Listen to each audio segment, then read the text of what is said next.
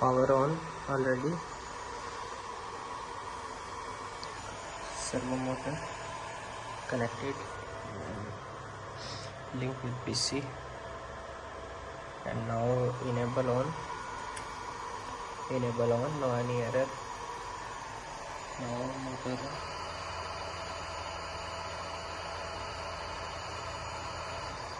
now forward.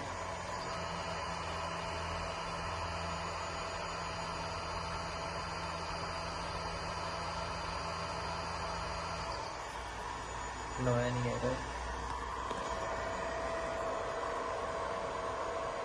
Job complete.